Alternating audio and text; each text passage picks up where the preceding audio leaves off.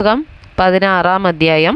അവർ ഏലീമിൽ നിന്ന് യാത്ര പുറപ്പെട്ടു. ഇസ്രായേൽ മക്കൾ മിസ്രൈം ദേശത്തു നിന്ന് പുറപ്പെട്ട 2-ാം മാസം 15-ാം തീയതി അവരുടെ സംഘമൊക്കെയും ഏലീമിനും സീനായ്ക്കും മധ്യയുള്ള സീൻ മരുഭൂമിയിൽ വന്നു.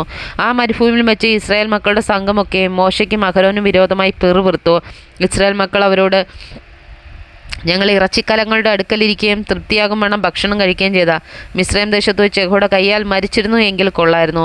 നിങ്ങൾ ഈ സംഘത്തെ മുഴുവനും പട്ടിണിയിട്ട് കൊല്ലുവാൻ ഈ മരുഭൂമിയിലേക്ക് കൂട്ടിക്കൊണ്ടു വന്നിരിക്കുന്നു എന്ന് പറഞ്ഞു. അപ്പോൾ യഹോവ മോശയോട്, ഞാൻ നിങ്ങൾക്ക് ആകാശത്തു നിന്ന് അപ്പം വർഷിപ്പിക്കും.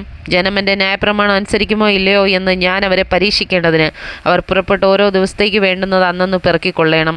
എന്നാൽ 6-ാം ദിവസം അവർ കൊണ്ടുവരുന്നത് ഒരുക്കുമ്പോൾ ദിവസം പ്രതി പെറുക്കുന്നതിൻ്റെ ഇരട്ടി കാണും എന്ന് അരുളി ചെയ്തു. മോശയും അഹരോനും ഇസ്രായേൽ മക്കളോടൊക്കെയും, നിങ്ങൾ മിസ്രൈം ദേശത്തു നിന്ന് കൊണ്ടുവന്നത് യഹോവ തന്നെ ഇന്ന് വൈകുന്നേരം നിങ്ങൾ അറിയും. പ്രഭാതകാലത്ത് നിങ്ങൾ യഹോവയുടെ തേജസ് കാണും. യഹോവയുടെ നേരെയുള്ള നിങ്ങളുടെ പിറുപിറുപ്പ് അവൻ കേട്ടിരിക്കുന്നു. നിങ്ങൾ ഞങ്ങളുടെ നേരെ പിറുപിറുക്കുവാൻ ഞങ്ങൾ എന്തുള്ളൂ എന്ന് പറഞ്ഞു. മോശ, യഹോവ നിങ്ങൾക്ക് തിന്നുവാൻ വൈകുന്നേരത്ത് മാംസവും പ്രഭാതകാലത്ത് തൃപ്തിയാവുമാണ് അപ്പവും തരുമ്പോൾ നിങ്ങൾ അറിയും. യഹോവയുടെ നേരെ നിങ്ങൾ പിറുപിറുക്കുന്നത് അവൻ കേൾക്കുന്നു. ഞങ്ങൾ എന്തുള്ളൂ, നിങ്ങളുടെ പിറുപിറുപ്പ് ഞങ്ങളുടെ നേരെയല്ല, യഹോവയുടെ നേരെ അത്ര എന്ന് പറഞ്ഞു.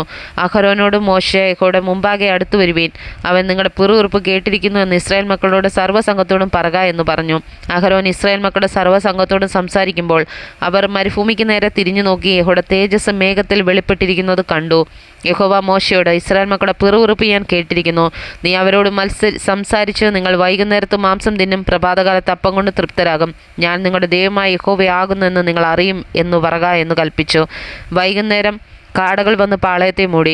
പ്രഭാതകാലത്ത് പാളയത്തിൻ്റെ ചുറ്റും മഞ്ഞു വീണുകിടന്ന മഞ്ഞു മാറിയ ശേഷം മരുഭൂമിയിൽ എല്ലായിടവും ചെതുമ്പലിൻ്റെ മാതിരിയിൽ ഒരു നേരിയ വസ്തു ഉറച്ച മഞ്ഞുപോലെ നിലത്ത് ഉടക്കുന്നത് കണ്ടു.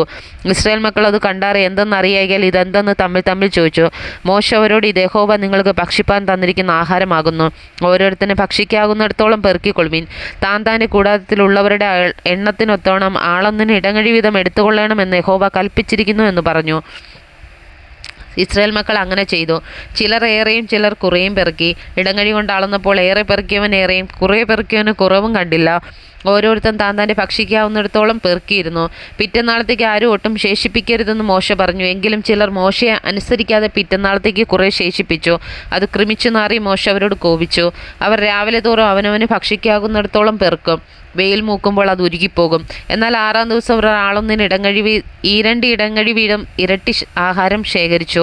അപ്പോൾ സംഘപ്രമാണികൾ എല്ലാവരും വന്ന് മോശയെ അറിയിച്ചു. അവനവരോട്, അത് യഹോവ കൽപ്പിച്ചത് തന്നെ, നാളെ സ്വസ്ഥതയാകുന്നു. യഹോവയ്ക്ക് വിശുദ്ധമായുള്ള ശബ്ബത്ത് ചുടുവാനുള്ളത് ചുടുവീൻ, പാകം ചെയ്യുവാനുള്ളത് പാകം ചെയ്യുവീൻ, ശേഷിക്കുന്നതൊക്കെയും നാളത്തേക്ക് സൂക്ഷിച്ചു വെപ്പീൻ.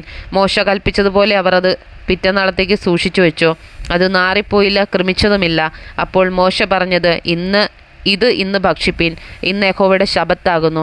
ഇന്നത് വെളിയിൽ കാണുകയില്ല. 6 ദിവസം നിങ്ങളത് പെറുക്കണം. ശബ്ബത്തായ 7-ാം ദിവസത്തിലോ അത് ഉണ്ടാകുകയില്ല. എന്നാൽ 7-ാം ദിവസം ജനത്തിൽ ചിലർ പെറുക്കുവാൻ പോയാറെ കണ്ടില്ല. അപ്പോൾ യഹോവ മോശയോട്, എൻ്റെ കൽപ്പനകളും ന്യായപ്രമാണങ്ങളും പ്രമാണിപ്പാൻ നിങ്ങൾക്ക് എത്രത്തോളം മനസ്സില്ലാതിരിക്കും. നോക്കുവിൻ, യഹോവ നിങ്ങൾക്ക് ശബ്ബത്ത് തന്നിരിക്കുന്നു. അതുകൊണ്ട് 6-ാം ദിവസം അവൻ നിങ്ങൾക്ക് 2 ദിവസത്തേക്കുള്ള ആഹാരം തരുന്നു. നിങ്ങൾ താങ്കളുടെ സ്ഥലത്തിരിപ്പീൻ. 7-ാം ദിവസം ആരും തൻ്റെ സ്ഥലത്ത് നിന്ന് പുറപ്പെടരുതെന്ന് കൽപ്പിച്ചു. അങ്ങനെ ജനം 7-ാം ദിവസം സ്വസ്ഥമായിരുന്നു. ഇസ്രായേലിയർ ആ സാധനത്തിന് മന്ന എന്ന് പേരിട്ടു.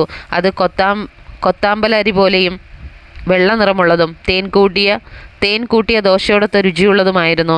പിന്നെ മോശ, യഹോവ കൽപ്പിക്കുന്ന കാര്യമാവിത്, ഞാൻ നിങ്ങളെ മിസ്രൈം ദേശത്തു നിന്ന് കൊണ്ടുവരുമ്പോൾ നിങ്ങൾക്ക് മരുഭൂമിയിൽ ഭക്ഷിപ്പാൻ തന്ന ആഹാരം നിങ്ങളുടെ തലമുറകൾ കാണേണ്ടതിന് സൂക്ഷിച്ചു വെപ്പാൻ അതിൽ നിന്ന് ഒരു ഇടങ്ങഴി നിറച്ചെടുക്കണമെന്ന് പറഞ്ഞു. അഹരോനോട് മോശെ, ഒരു പാത്രമെടുത്ത് അതിൽ ഒരു ഇടങ്ങഴി മന്ന ഇട്ട് നിങ്ങളുടെ തലമുറകൾക്ക് വേണ്ടി സൂക്ഷിപ്പാൻ യഹോവയുടെ മുമ്പാകെ വെച്ചുകൊള്ളുക എന്ന് പറഞ്ഞു. യഹോവ മോശയോട് കൽപ്പിച്ചതുപോലെ അഹരോൻ അത് സാക്ഷ്യസന്നിധിയിൽ സൂക്ഷിച്ചു വെച്ചു. കുടിപാർപ്പുള്ള ദേശത്ത് എത്തുവോളം ഇസ്രായേൽ മക്കൾ 40 സംവത്സരം മന്ന ഭക്ഷിച്ചു. കനാൻ ദേശത്തിൻ്റെ അതിരിൽ എത്തുവോളം അവർ മന്ന ഭക്ഷിച്ചു. ഒരു ഇടങ്ങഴി ഓമർ പറ ഏഫയുടെ 10 ആകുന്നു.